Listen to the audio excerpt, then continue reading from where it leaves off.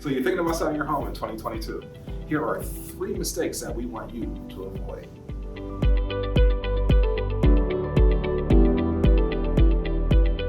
Guys, you are about to sell your house. You're about to embark on a very exciting and scary journey of selling your house.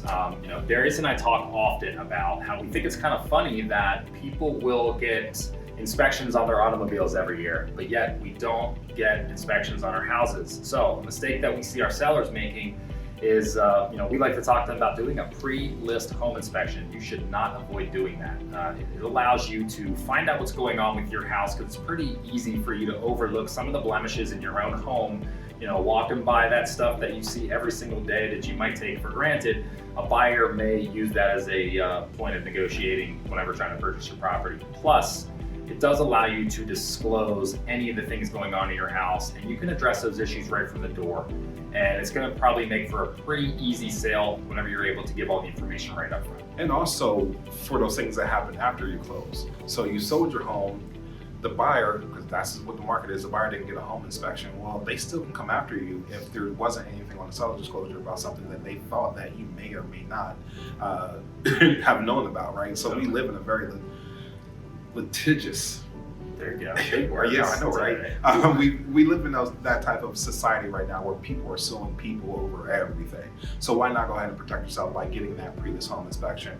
A couple $100 could save you thousands. And also it's going to be good for you to know if something's going on in your house that you would normally fix if you were actually going to go ahead and continue to live here. So that's number one. Get a pre-list home inspection. It's going to save you a lot of energy and time and a lot of headache that could happen potentially after you sell. Absolutely. Now, we want to talk about your proceeds, the money that you are going to make and just be thrown around once you can sell this property. A lot of people are not planning for the tax implications of selling the house. Capital gains is something you have to be aware of. And we are going to encourage you to talk to your tax professional. We are not tax professionals, but we need to make you aware of capital gains, $250,000 for a single individual, $500,000 profit for a married couple filing jointly. So again, talk to your tax professional, find out if you have anything to worry about with the capital gains side of things. And if you need a tax professional, feel free to reach out to us, because we've been in the game for a long time. We talked to a lot of Ours people. is awesome. Yeah, and ours is pretty dope. So there's a plug for you. All right, what's number 3? Well, the last thing, guys, is the market that we are in.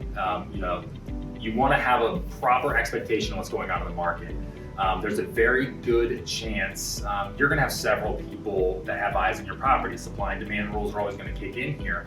And one thing to think about is, sometimes the first offer is the best offer, but it may not always be the best offer. Again, Darius touched on it. There are many points that go into a sales contract, and we may come out and say the highest offer may not be the best offer. We have to look at all the contingencies, all the fail safes, the things that we got to do to keep you protected and give you a sure transaction and closest path to getting that money. Yeah, and at the same time, it comes down to overpricing your home too.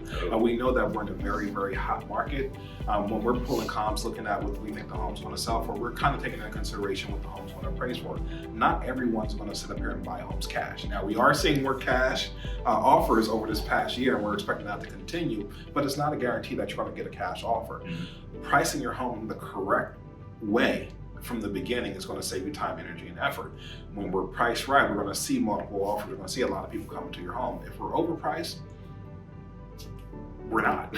Yeah. So we definitely want to kind of keep in mind, and that's a mistake that we're seeing a lot of sellers are making, where we're overpricing homes a little bit too much. So they're starting to sit on the market a little bit longer.